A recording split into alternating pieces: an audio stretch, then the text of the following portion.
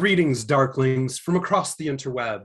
It is once again I, the Duchess, Precious Ken, here in my new dark red hellscape setup to embrace the modern world that we're currently living in. I am very excited. We have a great interview for you today, and I'm ready to jump right into it. This is cool because it's kind of a genre that's a little bit away from what we usually do at Sounds and Shadows, which I love because, as you all know, my feelings on genre are, if you like this band, you might like this band, and that's as much as anyone should ever give a fuck about genre. So it is with great pleasure that I introduce you to my guest, Jake, of the band Sidewalks and Skeltons. How's it going, Jake? It's going good, yeah. Thank you for having me. Pleasure to be on. Wonderful. So let me start out a little bit. Well, I'm going to give you a background of how I found you. So I have a friend, Aethra, Kenzie, that is a DJ and the band Fires, and she is just a amazing, awesome energy. We've had her on the show before, and when I kind of asked her, I did a little piece about trying to, I don't know, get my head around Witch House and like try something else new. I'm a big one of those proponents that goth can go beyond the Sisters of Mercy, and you know, anything can really be included if they want to be. And so I tried to dig into this, and your band was one of the first ones that she suggested to me as, this is what you need to hear to get in the mindset. And I'll tell you, when I started listening to it, I heard some of those aspects that I expected to of kind of a witch house sound, but a lot of other things too. And one of which that I was kind of surprised was a lot of like shoegaze elements, which, you know, that was something I didn't expect or think of. And it was a beautiful blend and really, I don't know, it gave kind of a textural ambient element to a lot of it. So I'm excited to break some of that down and talk about that with you. But why don't we start out, introduce yourself and give my listeners a little bit of history of you and how this project came into being. Okay, so I'm Jake. I'm from England. I started making music at a very young age. It was like one of those things where even as a kid, you instantly know that's the thing that, you know, you connect with the most in the world, sort of thing. My dad's a musician. He plays pretty much everything. And I used to watch him play guitar a lot. So I grew up playing guitar, and then I got into metal, and I was in a lot of different metal bands growing up. And I never really listened to that much electronic music until sort of like my mid to late teens, when a friend of mine told me to check out a band, Crystal Castles, and send me one of their CDs to listen to. And I listened to that CD and sort of fell asleep while I was listening to it. And something about being in like a half sleep state while that album played made it like embed in a way that was different. Do you know what I mean? It sort of embedded into my brain in a way that, like, I don't know, it added an extra layer of magic to it, because then whenever I listened to it after that, it felt like I was sort of tapping into something, like listening to a dream or something. Do you know what I mean? Strangely, I know exactly what you mean. Like when you just said that, it popped into my head an album that was a lot the same way for me. It was a Sinead O'Connor's I Do Not Want What I Cannot Have. Like, I don't know, like my freshman year of college, I swear I fell asleep to that album for like 6 months straight every night. And it sticks with you a different way when it's kind of your dream album. That's really cool. Exactly, yeah. It's just weird how it embeds itself in layers of sleep that give it a different element, and that just makes you, I don't know, it just makes you connect with it in a different way. And after that, I really just got into that whole genre. And not long after then, they released another album, and when it got released, people were saying online, "Is this Witch House?" That's the first time I'd ever heard of the term. And I looked it up, and that's when I found artists like Salem, White Ring, Crimes, all those guys. And I just instantly knew, like, this is the thing that I've been looking for, because there was something in Crystal Castle's music that I connected with way more than other electronic music.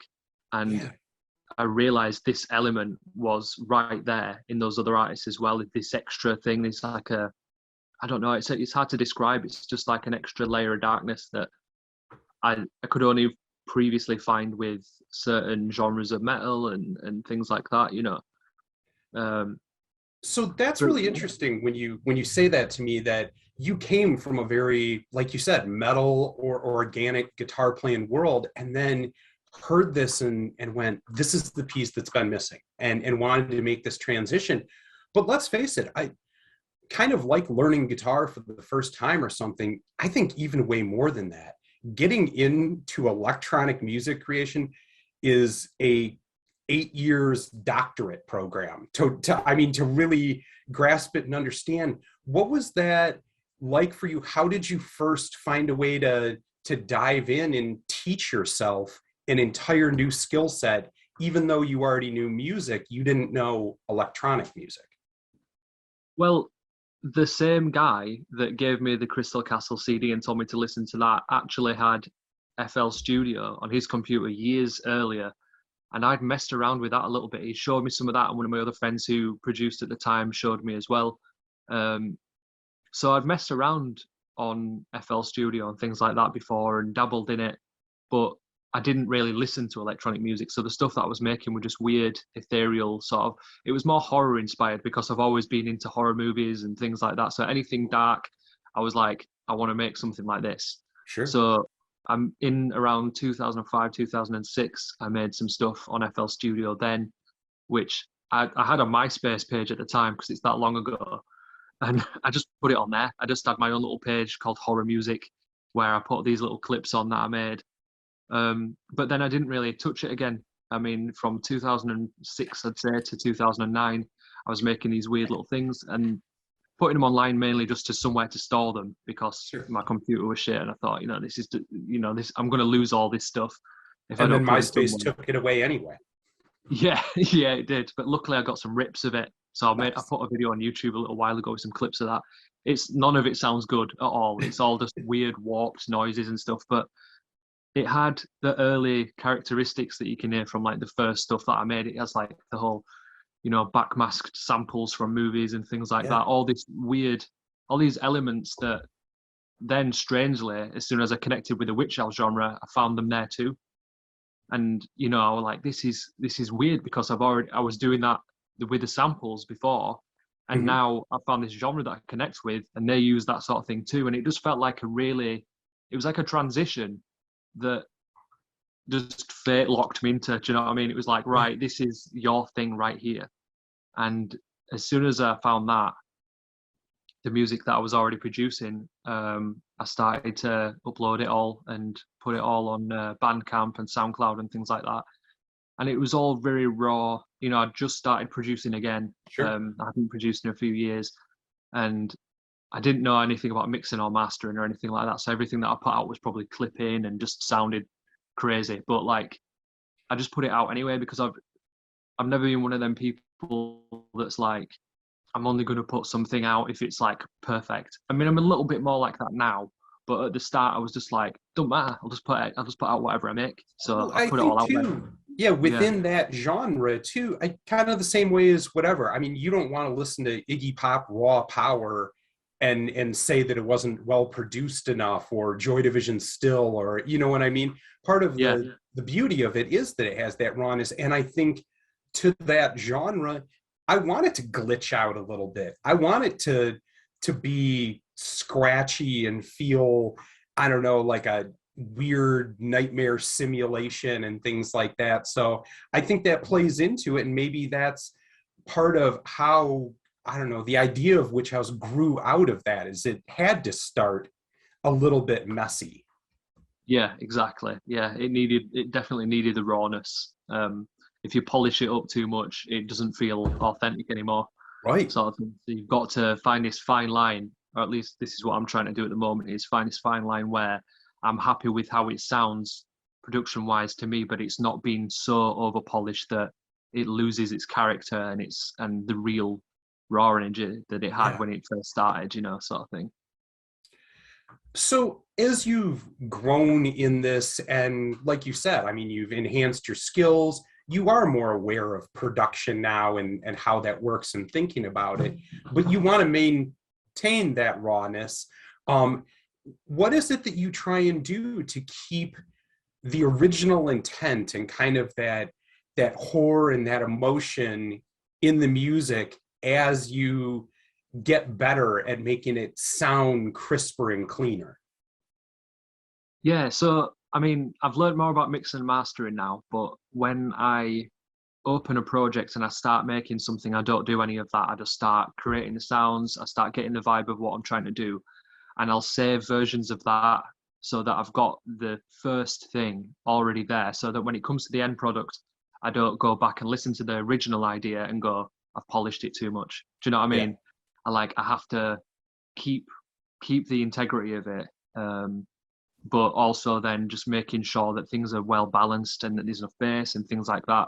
The bare, essentials to it without just, cleaning it up so much that it sounds like it's radio friendly. Do you know what I mean? No, I do. Yeah.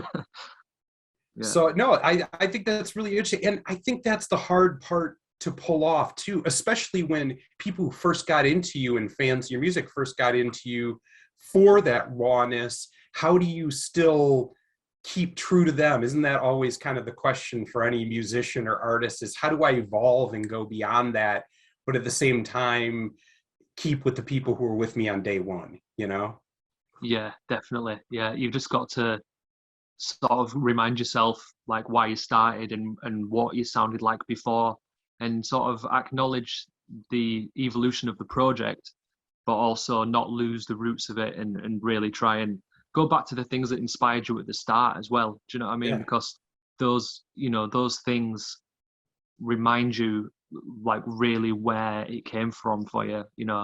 The horror movies that I used to watch and that I used to take samples from and stuff like that, I'll still go back and watch those.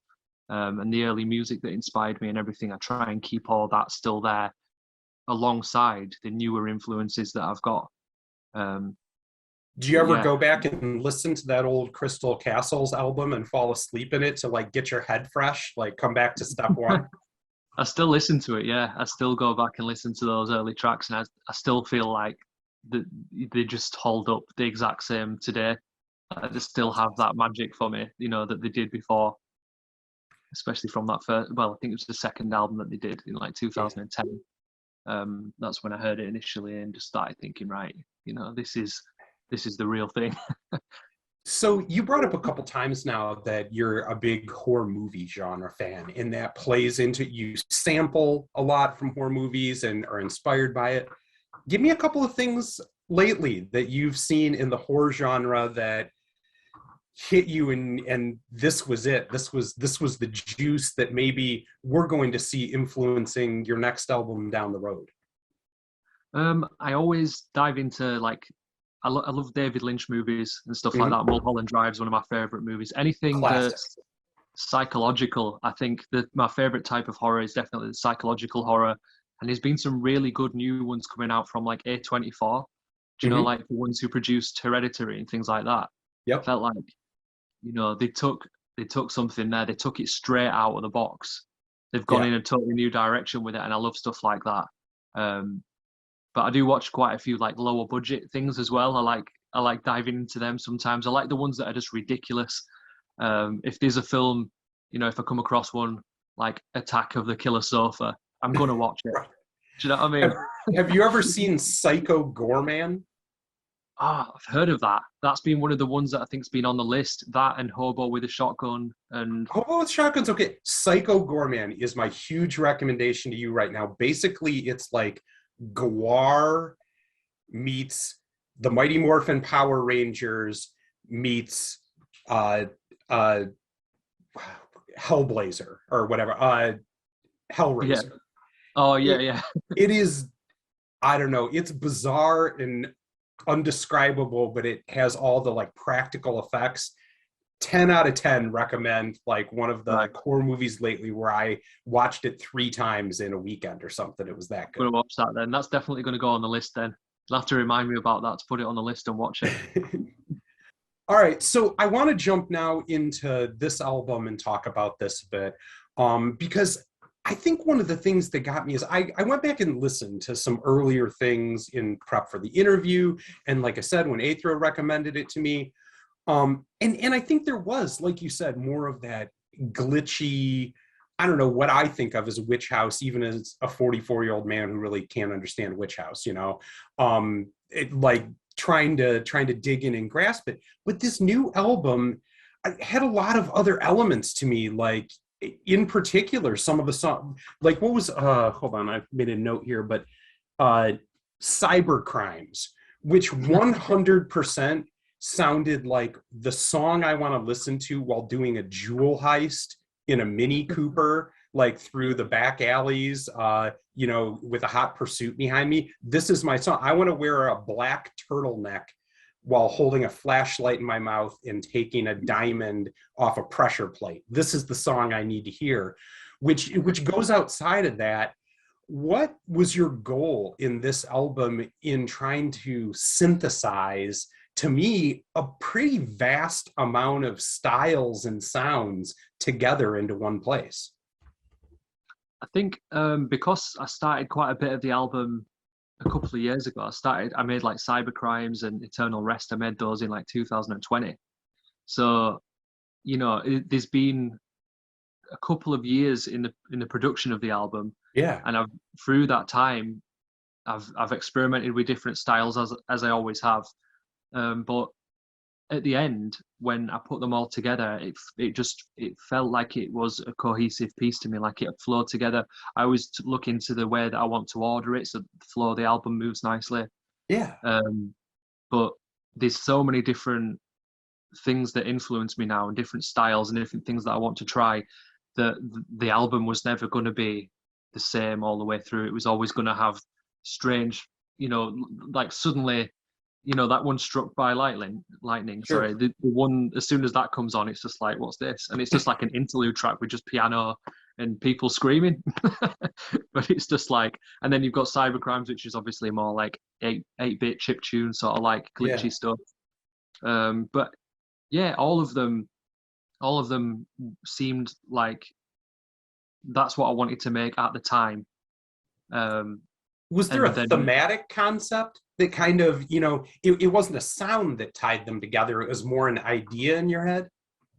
Yeah. I mean, because the overall theme of the album is exorcism, and it's sort of more like a metaphor for not so much like a demonic possession, but being possessed by the world as well.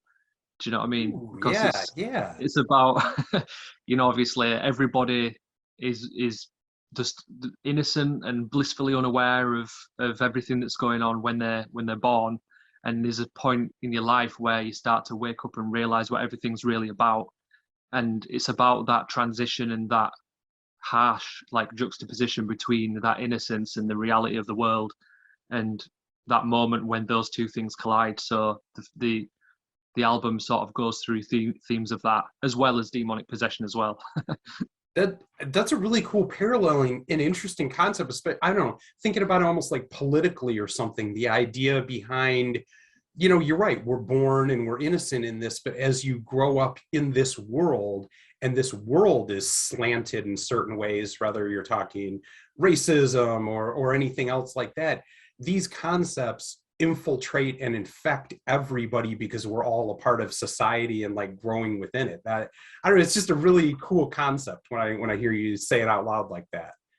Yeah, there's a strange I mean, one of the things that got me thinking about is I was reflecting on, I mean, when I was a kid, when I was around 6 or 7 years old, one of my friends got a computer for the first time. He was one of the only people that, you know, wasn't poor, sort of thing. So he had a computer in his room, and somebody told us to go on a website called rotten.com, which is basically, at the time, it's been taken down now, but it was all crime scene pictures and just gore and people that had fallen down the gap between the train and the platform and things like that.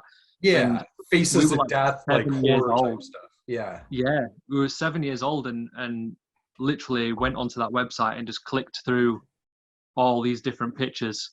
And like I feel like that was one of the moments when, you know, I can actually pinpoint the moment where some blissful ignorance and some innocence that I had just was shattered in one night, because I remember going home and just sitting there and just thinking about it all, just like, that was real. Do you know what I mean? I saw, like, that's the first time I'd really seen death, and it was in such a graphic and such a large amount that, you know, that it took something away so quickly.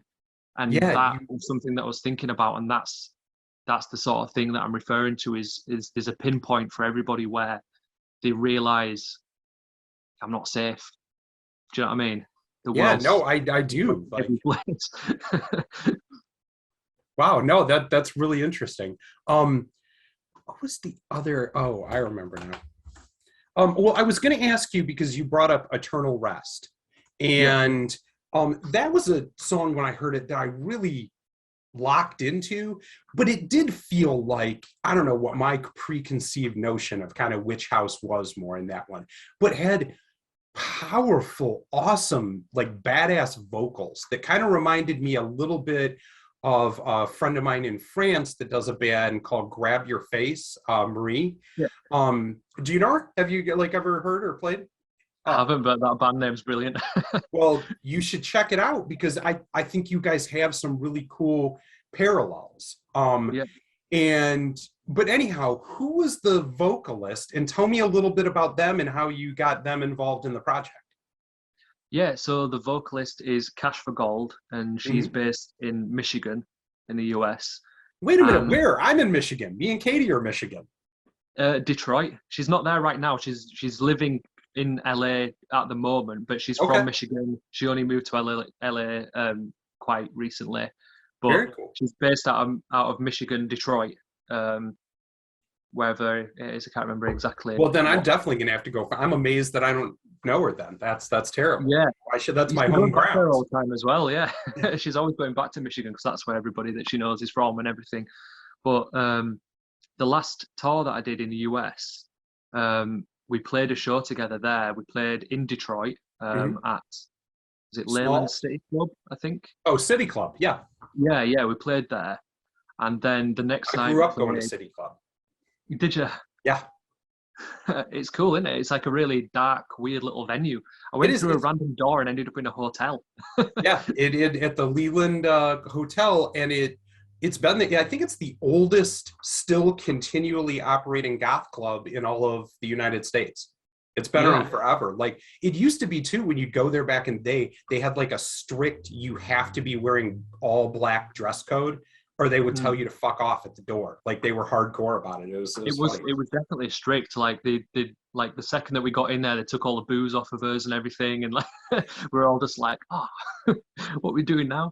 But yeah, so we played that show, and then we played in Chicago. We played at Underground Lounge in Chicago. Yep. And I didn't really get to meet her at the one in Detroit because it was so dark that we couldn't even see each other. Sure. And we kind of got there a little bit late, I think, and we had to sort of rush on and get the show done. But the next night, we sat down and we spoke, and we had like an artistic connection like straight away. That's awesome. And said that we wanted to work together. Because I mean, standing there and watching her perform live as well, I was like mesmerized. I was like, right, okay, I really need to work with her, sort of thing.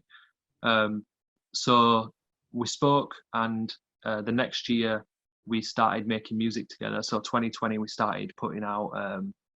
We did like this Crystal Castles cover called Shah, and then we made Eternal Rest and released that in like November. But we just vibe so well, you know what I mean? Everything that we're just on the same page about everything, and whenever we make music together, it's really natural, it's really organic, and we both have the same vision, and we definitely want to keep going with that and tour together, and you know. No, that's amazing, and it's a great, you know, I think you could feel the connection. I mean, to me, that's something you just can't fake. Like if you're doing a collab like that and don't have, I don't know, energy in sync or whatever you want to call it, it comes across the music, but this just synced so perfect, and the way her cadence was on top of your beats, it just synced up perfectly. So that was really cool. And then also on this album, you worked with Goo Monday, right? Yeah. Out of Texas, correct? She's from Sydney, Australia. Oh, okay. Yeah, Maybe it's just because Sunil, my friend Sunil in Texas, the one who sent it to me. I yeah. thought they were from there, but that was a really cool one too. And I always like a lot of their work. How did that come about? That collaboration?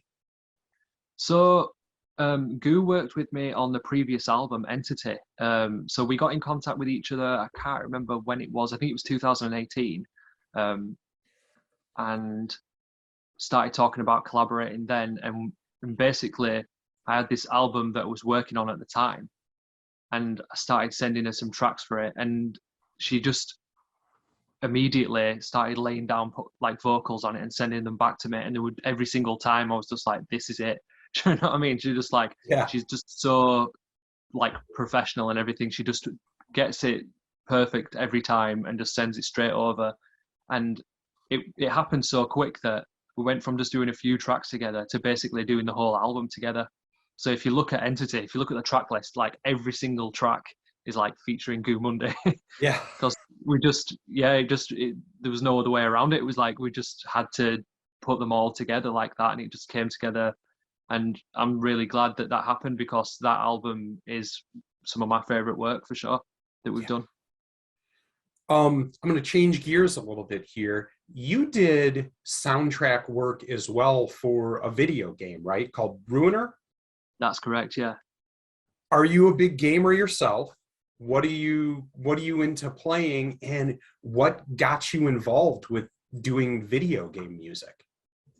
So I'm not much of a gamer myself. The only games that I've really grown up playing is like Tony Hawk's, like, A classic. like skater games and stuff, and like GTA, just making Sure. cars and crashing them into stuff. But like, basically, the company, Devolver Digital, and another company that was working through them, just sent me an email one time, and we're working on a new like cyberpunk inspired game. The same creators as like Hotline Miami and stuff like that, and I'd heard of that before, and I was just immediately like, yeah, let's do this sort of thing. Sure. And they told me which tracks they wanted, and it started off just licensing a few, and by the end of it, I think they licensed around 10 or 11 tracks to use in the game. And there's 4 main that they use and they put onto the soundtrack as well. But it was one of them things that came out of the blue, and it was just brilliant. Like, it just really, it changed the game for me. Like, they sort of like sent all the ideas through and everything. I sent all the stems back. They put it all together, and then when I saw the final product, I was just like blown away. I was like, this just looks like it was created specifically for this game. Do you know what I mean? It was just. Did you actually go through and play the game, and was there a moment there where you're just like, holy shit, this is me right now, and I went and downloaded it, and I was just playing on it. I was just like, this is so weird, playing a game and actually like hearing my own music. It's so strange, but just one of the coolest things that's ever happened for sure. Like that. I noticed I think I saw a music video with you guys that had like Mannequin in it. You had like, or it was a live performance. Do you have like a Mannequin Head or something that's in your live performance? Shall I get it for you? Here we go. So this Mannequin Head has been with me since 2012. Look how ragged it is now. Like, I mean, but it's your ride or die, so you gotta take it with you, no matter how rough it gets. But that's awesome. So the thing that made me laugh is, do you know Jamie Blacker of Electronic Substance Abuse? They're also in England. Well, they're probably one of the bigger, I don't know, modern EBM, like electronic body music or whatever. There's another thing you should definitely check out. Some of the best, great. But in a lot of his music video, it's a lot of mannequins and things. And he just did like this great new music video that was on. So when I saw it, I was like, what's going on over there in England, and what's happening with all of you guys and mannequins and electronic music? So how did you find her and then decide to incorporate her in your performance? So my girlfriend at the time, Lauren, she was working as a hairdresser, and she had mannequin heads in her room at the time. And basically, I got I had to play a show in London. It was the first show that I ever got booked for, and it was supporting Rituals. Oh, cool.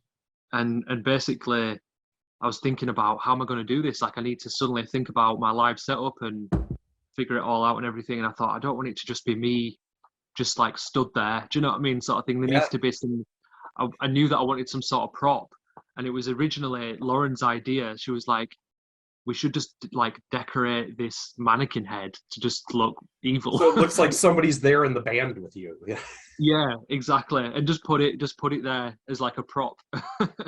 And yes, it just sort of stuck since then. Like it just seemed, I don't know, it just fit the Sidewalks vibe for me 100%. Like I need to, but I've not used it enough recently, because when I've been going abroad, I've not been wanting to have this in my bag. Carry around a bowling bag or something with a head in it and have them ask you about that as you go through customs. Yeah, I mean, like they're probably going to ask me enough questions already, going through there. So having this mannequin head in the bag is probably going to raise a few further questions. And one time I did have the hair sticking out of the bag through the zip. And I thought it legitimately does look like I've just murdered somebody and I'm just going home with my souvenir ahead. Exactly. So you had the album come out and I'm really excited about it. We're going to have a review out for it probably this weekend for Bandcamp Day coming up. Tell me though, in addition to that, what's the future hold for you? What are you trying to do right now? Whether it's if the world is going to try and get back to any sense of normalcy, or are you planning a tour, anything like that? What is it you want to be talking about if we have another interview a year from now? So I've got some shows coming up in London and Poland, and they're going to be happening next month. And then after that, in June, there'll be a US tour starting. I want to be back over there and spend as long as I can over there and play as many shows as I can, because this last couple of years, I've just been shit. I've just been sat at home. Everybody has. I mean, there's been no way to be any other way, Exactly, yeah. And it's just been the whole time I've just been like, I can't wait to get back out and play shows again. So I really want to grab that now. And I want to hit as many places as I can. I want to tour as much of the world as I can. So anywhere that I get booked, I'm going to go. Well, I got you over for Detroit, Chicago, and Kalamazoo. So sick, let's do it. Let's get that booked in. And I'll have Cash for Gold with me as well. Oh, yeah, of course. The hometown, yeah. Yeah. And because she's ready for this as well. She's like, right, let's tour, let's go, sort of thing. So my whole live setup will be changing too, because I'll have Cash on the vocals and the tracks without her. I'll just be doing my usual thing, but also with some added guitar as well. Nice. So I'm incorporating guitar into my live performances now. I'm going back to my roots a little bit, like we spoke about earlier. Sure. And just putting extra layers in there so that I can do some guitar over the top of what I already do, and just make it more of a live performance. I constantly want to evolve and make it as visual and as, I want people to come away from it feeling like they've had an experience, sort of thing. So that's one of the reasons I want to constantly like level up and add more to the performance. So that's my main priority right now, is touring, evolving the performance. And I'm also working on more music as well already. Since dropping the new album, I've been working on new stuff, more collaborations with like Brothel and Cash for Gold, and just original stuff as well. So I think next time we talk, there'll be a lot of shows in the bag and a lot of new music, just never ending. But I've got a track on a new film that just came out as well called King Knight, which is like a dark horror comedy type thing. And that's showing in theaters, cinemas and stuff right now in like some parts of America, I think. Yeah. But that's my track. You'll have to send me a link to that. I'll look it up and see if it's at the art house theaters around here. I'm sure it will be, yeah. They said that they're rolling it out to the theatres over there, and then it's probably going to go to like digital and stuff after that. But it's got sleep paralysis in there for one of the main scenes in the film, so that'll be interesting. I've not actually seen it yet. I need to see it, but with me being in the UK, I don't get to see it until after you guys have already all seen it. Fair. Yeah. Well, another thing I wanted to ask you about here.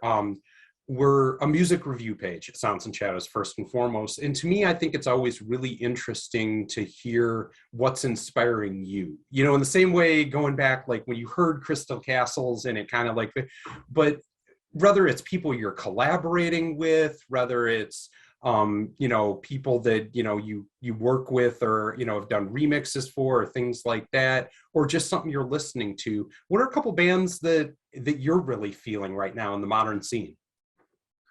So, I mean, the albums that I've been listening to at the moment, if I'm not just sticking to Witch House, I've been listening Anything you to want. Knocked Loose a lot. That's like one of my favorite bands at the moment. It's like a deathcore band called Knocked Loose. Oh, okay. Yeah, they just put out a new album, and it's just ridiculous. It's just from start to finish, it's just insane. So when you say deathcore, is that like death rock mixed with hardcore, like punk or something? What makes like something hardcore, deathcore? really. Huh? Yeah, it's more like hardcore, really, but it's got elements of deathcore and stuff in there, and just metal in general as well. But Okay.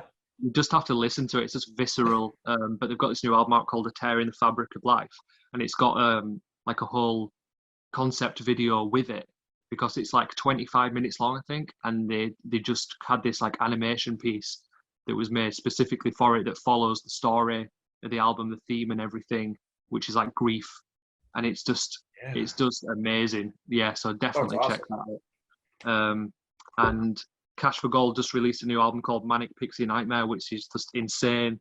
It's just brilliant from start to finish. So that you really need to check that one out. I'll pick that up today. I guarantee that'll be right as soon as we're done with this interview. I'm going to go buy that Cash for Gold because I'm mad at myself that this happened in Michigan and I didn't know about it. Especially because I'm pretty sure I know where she got that name from, because down on Woodward, right, like where Woodward is going to Detroit proper from out of the suburbs, there is a place that is Cash for Gold and has a giant sign up like in huge gold and green letters. And I swear maybe that must have, at least subconsciously, where she heard that. It did, yeah. I spoke to her about it before, and she said that she was driving one day and she just kept on seeing Cash for Gold, Cash for Gold, Cash for Gold. She was just seeing sign after sign saying that. It got her thinking about sort of like the materialism and sort of like trading something for something else, trading cash for something precious. And especially when it comes to music and art as well, that's something that's almost priceless in a way.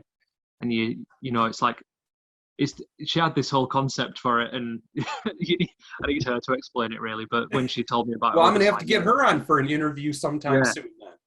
Yeah, definitely. Yeah, she's amazing. The new album that she's put out, I produced like 3 or 4 of the tracks on there, but like it's just everything that's on that album is just amazing. So that really needs to be in the bag. What else? What else have I been listening to? I've been listening to all sorts. I've been listening to some trap music like Shakewell and stuff like that. Listening to that stuff, vibing. There's a lot of new funk stuff, you know, like Last Century and all that sort of thing. I really like that, like old school, like Memphis rap vocals mixed with like this dark Witch Housey sort of like wave vibe. That's a new thing that's just, I can't get enough of that. I've just been listening to everything really. And you know, like you mentioned earlier, the shoegaze, I never stop listening to shoegaze all the time. My favorite band is Slow Dive. Like, that's my partner Rachel. That's her number one too. Yeah. I absolutely love them. I've seen them live in Leeds before, which is very close to where I live. And it's just, everything that they make is just amazing. And their album Souvlaki from like 1994, it's a classic. Like literally like my favorite album of all time. That's just completely timeless to me. Like I can listen to that album so many times. Now, so you put Souvlaki over Loveless? I would, and that's probably a controversial opinion, but I would. That's definitely a hot take. Yeah. Obviously Loveless is amazing as well, and that's another one that gets a lot of plays. But Souvlaki has a special place in my heart that I can never put Loveless above it, because it's just it's like too personal to me, the connection I have with that. Do you know what I mean? I do. So if I'm doing shoegaze, though, I'm more of the rockabilly shoegaze, Jesus and Mary Chain vibe. That's always been more my thing. I mean, I like My Bloody Valentine and Slow Down, but to me, yeah, like a little more rock to my shoegaze has always been my thing. That's it. So everybody's got their own specific little ingredients that they need Yeah. to make it perfect, haven't they? Yeah, for Plus, sure. I think they really invented the concept of just effortlessly looking cool with like a cigarette like dangling out and like, I don't even need to be here right now. I'm just Yeah, exactly. Um, so coming up, we like to, at the end of the interview here, spin out to a song.